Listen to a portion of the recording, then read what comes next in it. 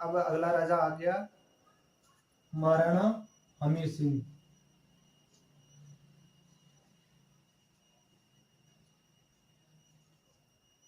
1326 से 1364। अब आप सोच रहे होंगे कि जो अब आप सोच रहे होंगे कि राजा रतन सिंह ने तो साका कर लिया, तो अभी तो कोई उस वंश में कोई बचा ही नहीं, तो अभी आगे जो मेवाड़ वाला वंश कैसे बनेगा। तो मैं उसी चीज का क्लियरिफिकेशन करूंगा, थोड़ा लंबा चौड़ा है, उसके बाद ही हम उसका क्लियरिटी होगा, तभी हम आगे बढ़ सकते हैं। तो सबसे पहले हम ये क्लियर करेंगे कि ये महाराणा हमीर सिंह कहां से आया। इधर भूल थे, अपने मेवाड़ वाले भूल थे, उसके बाद में राजा आया बप्पा, उसके बाद में एक राजा आया इधर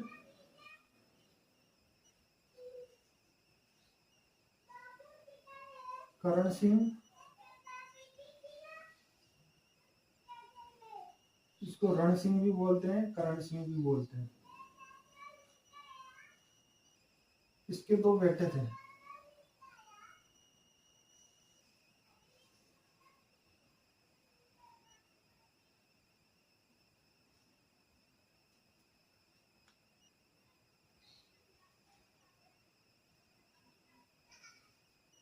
एक श्याम सिंह,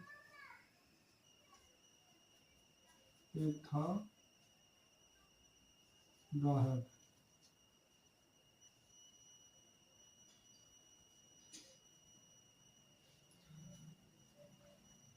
गुइल वंश में आता है बप्पा। बप्पा के इसी पीढ़ी में आगे चल के एक एक राजा आता है करण सिंह और रण सिंह।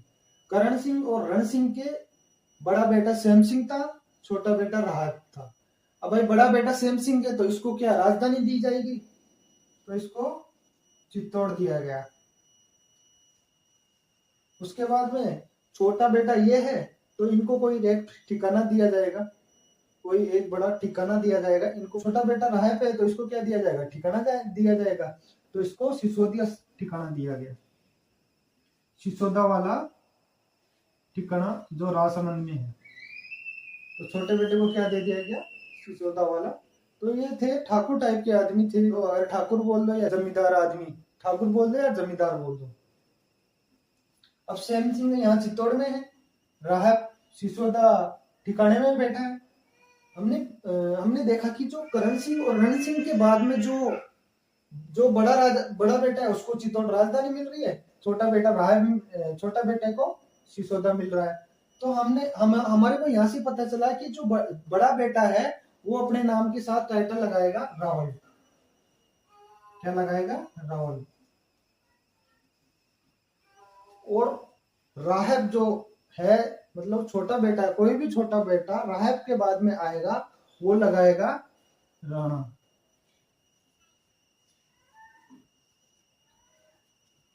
तो मेवाड़ में कौन से वंश के बाद से बड़ा बेटा रावल और छोटा बेटा उसका राणा लगाना शुरू किया था, तो वो आ गया करण सिंह और रण सिंह के बाद में जो आया। तो आप बोलोगे कि पहले बप्पा रावल आया था, तो वो भी रावल लगा रहा है, राजा है। तो क्या हुआ, जब कुंभलगढ़ प्रशस्ति लिखवा रहे थे तब ये इन्होंने बताया कि करण सिंह और रण सिंह के बाद में बड़ा बेटा रावल लगाने लग गया और छोटा बेटा राणा लगाने लग गया। तो इनको देख के ही उनको भी लिख दिया गया कि बप्पा रावल था। दूसरा चीज हम इसमें देखेंगे कि श्याम सिंह में आगे जाके इसी पीढ़ी में, श्याम सिंह की पीढ़ी है, इसमें आगे जाके आता है समर सिंह।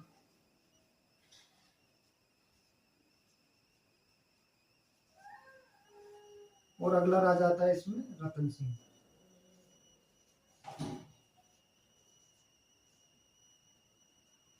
श्याम सिंह वाली पीढ़ी में आगे जाके समर सिंह आता है, फिर रतन सिंह 1303 में आता है। और राहत वाली जो पीढ़ी है इसमें आगे जाके आता है एक राजा आता है, राजा नहीं, एक सामंत आता है, लक्ष्मण सिंह।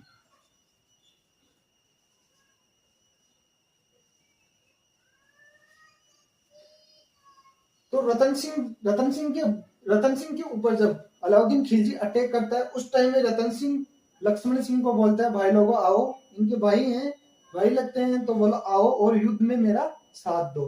तो लक्ष्मण सिंह आता है अपने 7 बेटों के साथ। कितने बेटों के साथ? 7 बेटों के साथ युद्ध में आता है, साका में शामिल होता है, 7 बेटों के साथ वो भी शहीद हो जाता है। इनका एक बेटा बचा था, कौन? अजय सिंह एक बेटा बचा था।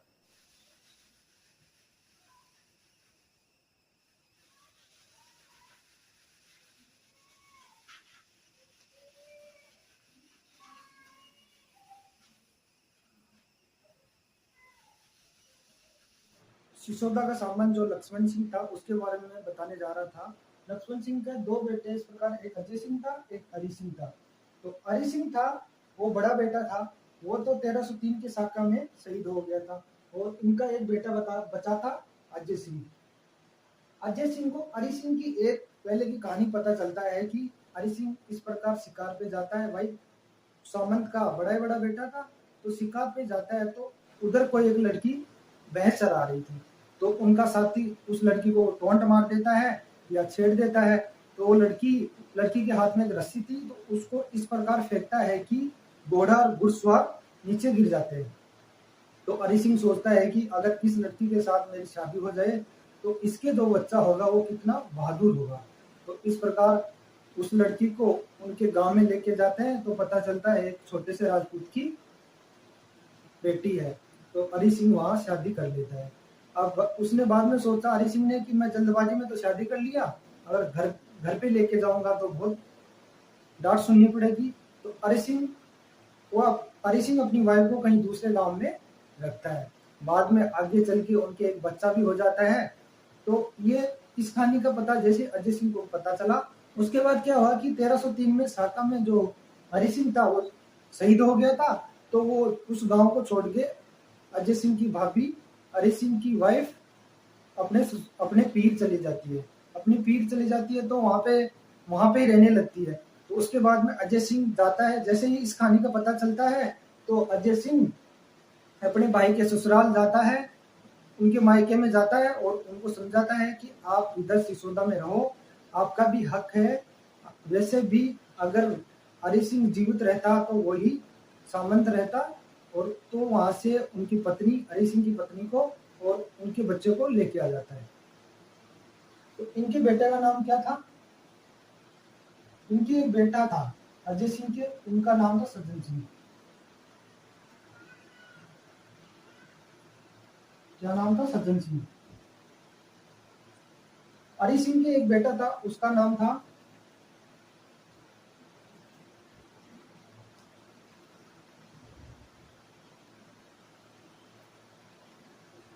हमीर सिंह।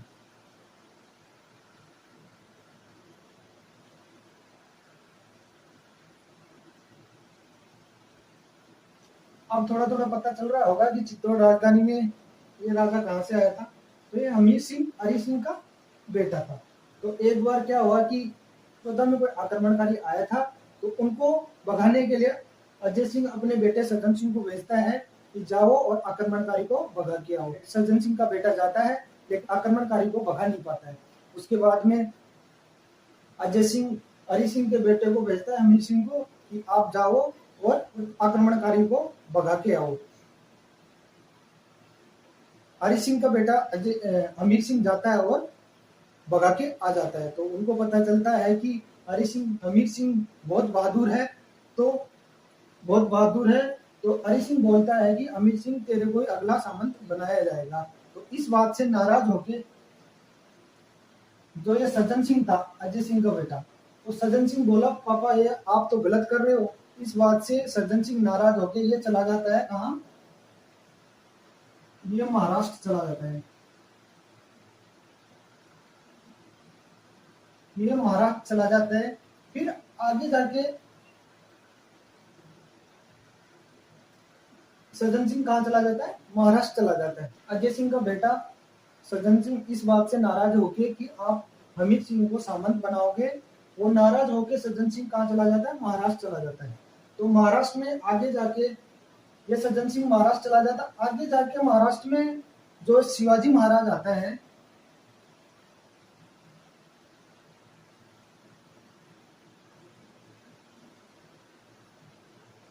शिवाजी महाराज आगे जाके जो शिवाजी महाराज आता है वो इसी वंश का था। इसीलिए शिवाजी महाराज बोलता है कि मैं महाराणा प्रताप का वंशज हूँ, मैं गुहिल वंश का हूँ, मैं चित्तौड़ वाले गुहिल वंश का वंशज हूँ। इस प्रकार महाराष्ट्र का जो शिवाजी महाराज इसी पीढ़ी में आगे जाके आता है। बाद में क्या हुआ कि हरि सिंह का बेटा जो हमीर सिंह था, इसको सामंत बना दिया था। जब अजय सिंह हमीर सिंह को सामंत बना देता है तो उसके बाद में कुछ दिनों के बाद में हमीर सिंह को पता चलता है कि यार चित्तौड़ तो हमारा ही था, पहले रतन सिंह जी के पास में था और उसके बाद में ये दिल्ली वाले ले गए और अभी तो चित्तौड़ तो हमारा है, तो यार ये वापस चाहिए। तो हम उस टाइम में जो चित्तौड़गढ़ में कौन बैठा था, मालदेव सोनगढ़। कौन बैठा था, मूछावाड़ा मालदेव। तो चित्तौड़गढ़ में मूछावाड़ा मालदेव बैठा था। तो उसको हमीर सिंह अपनी छोटी मोटी सेना लेके और उनको मालदेव को परेशान करना शुरू कर दिया। उस दिन परेशान किया, उसके बाद में मालदेव सोनगढ़ अपने आप ही डेड हो गया है, मर गया। उसके बाद में मालदेव सोनगढ़ के जो बेटा आता है, जिनको बलवीर या जैसा कोई भी ऑप्शन में आए, ऑप्शन में जैसे आया वैसे कर लेना, दोनों में से एक का नाम आए तो क्लिक कर देना। मालदेव सोनगढ़ का बेटा बलवीर और जैसा था। तो हमीर सिंह इनको हरा देता है और भगा देता है। बलवीर और जैसा जो भी ऑप्शन में नाम आए इनको हरा के भगा देता है। ये बलवीर और जैसा कहाँ चले जाते हैं, दिल्ली में मोहम्मद बिन तुगलक के पास।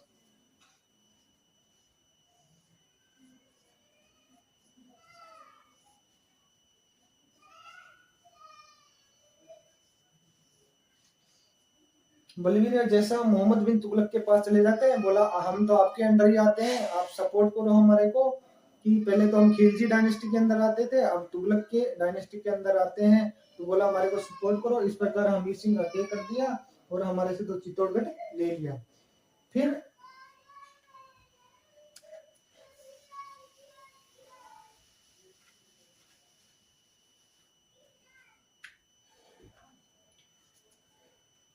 मोहम्मद बिन तुगलक को बताता है, कौन, बलवीर और जैसा। तो मोहम्मद बिन तुगलक अपनी सेना भेजता लड़ने के लिए, किससे लड़ने के लिए, हमीर सिंह के लड़ने के लिए। तो युद्ध होता है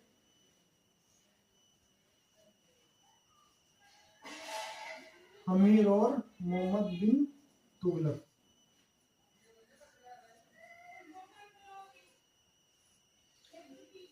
सिंगोली का युद्ध होता है।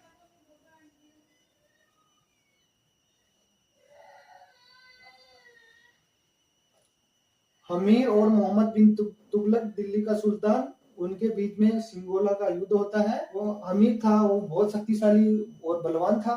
तो हमीर सामने जाता है और मोहम्मद बिन तुगलक की सेना को बुरी तरह हराता है। उसके बाद में अब चित्तौड़ में महाराणा हमीर सिंह राजा बन गया। अब राजा बन गया तो वही कुछ ना कुछ बनाएगा। इसने बनाया, महाराणा हमीर सिंह ने बनाया अन्नपूर्णा माता का मंदिर।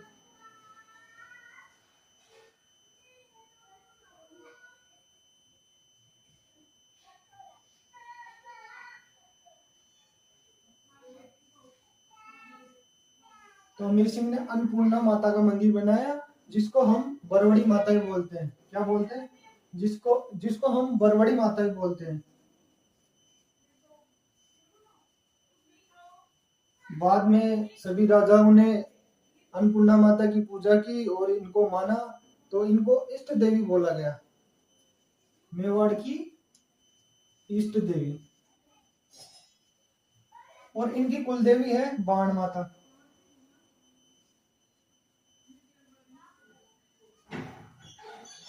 बाण माता क्या है, कुल देवी। अब आप बोलोगे सर कभी बाण माता को कुल देवी बता रहे हो, कभी इष्ट देवी बता रहे हो, कभी कुल देवी बता रहे हो, हमें समझ में नहीं आ रहा इष्ट देवी को क्या होता है, कुल देवी क्या होता है।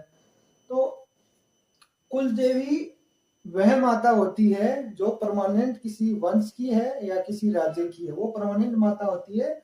उस माता की पूजा एक राज्य हो गया या एक वंश हो गया वो पूरा करता है। लेकिन जो इष्ट देवी होती है वो टेम्परेरी माता है, वो ऐसी माता है जो परमानेंट एक माता है, उसके अलावा एक एक्स्ट्रा माता की पूजा करते हैं या उसको मानते हैं, पूजा करते हैं, उसको बोलते हैं हम इष्ट देवी।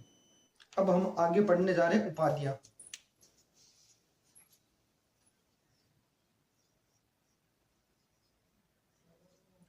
उपाधियों में सबसे पहले इनकी उपाधि है मेवाड़ का उद्धारक। क्या बोला गया इनको? मेवाड़ का उद्धारक। उद्धारक मतलब उद्धार करने वाला, जिसने मेवाड़ का उद्धार किया। वापस अपनी राजधानी चित्तौड़ किसने ली? अमीर सिंह ने ली। अमीर सिंह ने ली तो अब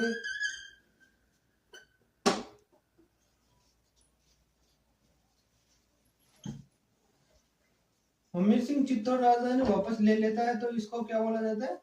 उपाधि दी जाती है मेवाड़ का उद्धारक। उसके बाद में जो नेक्स्ट उपाधि दी गई इनको, विषम गाठी पंचानन।